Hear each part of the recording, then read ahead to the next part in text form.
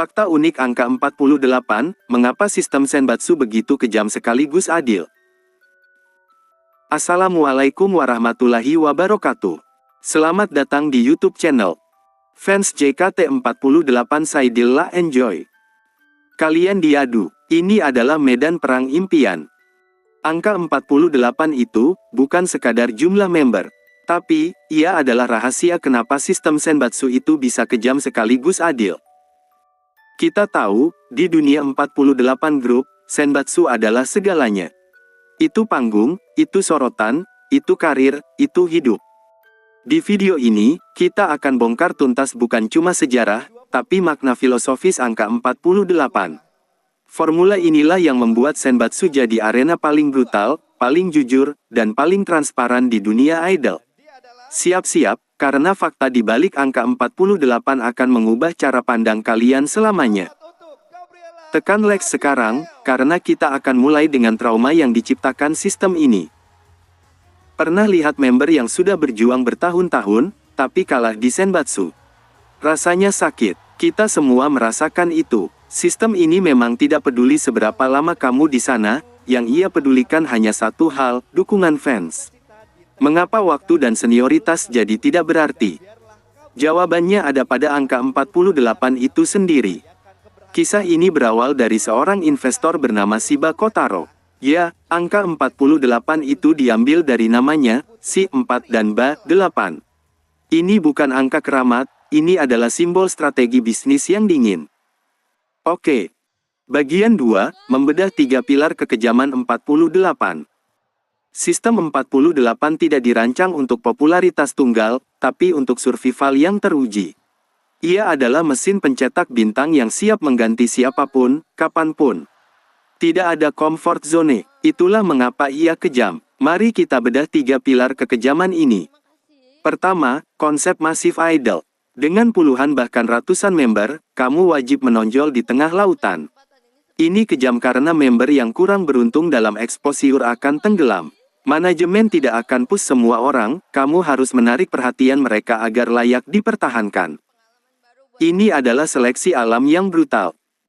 Kedua, riset tahunan yang diwakili oleh Senbatsu Shousenkyo.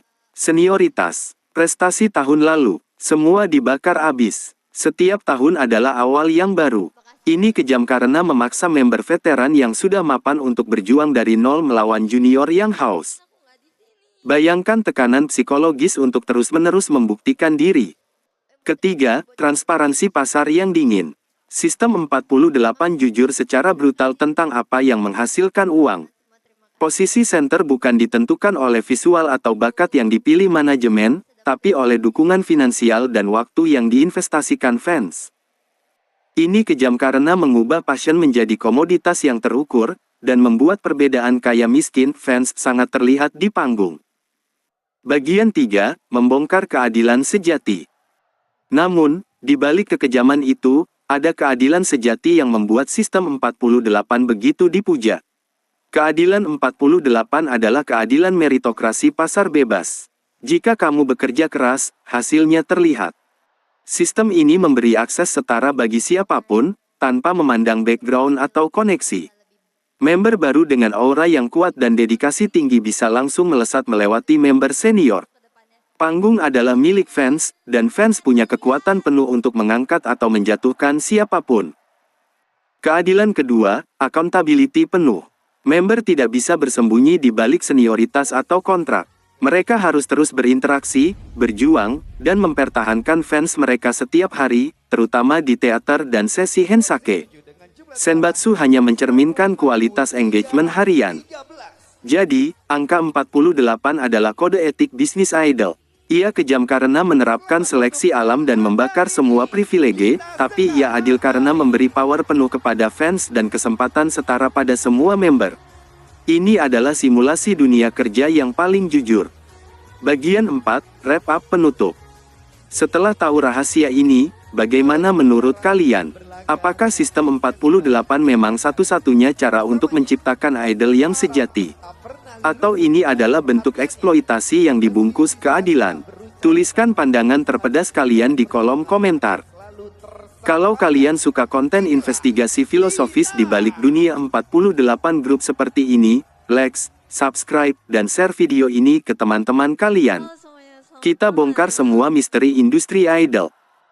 Nah, untuk melihat bagaimana JKT48 secara spesifik berhasil beradaptasi dengan kode etik 48 ini hingga bisa bertahan lebih dari 1 dekade, tonton video kita selanjutnya tentang kisah survival JKT48.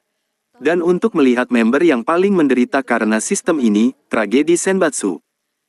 Sampai jumpa di video selanjutnya. Wassalamualaikum warahmatullahi wabarakatuh. Salam fans JKT48. Siapa yang terbang lebih cepat? Sepertinya tidaklah penting.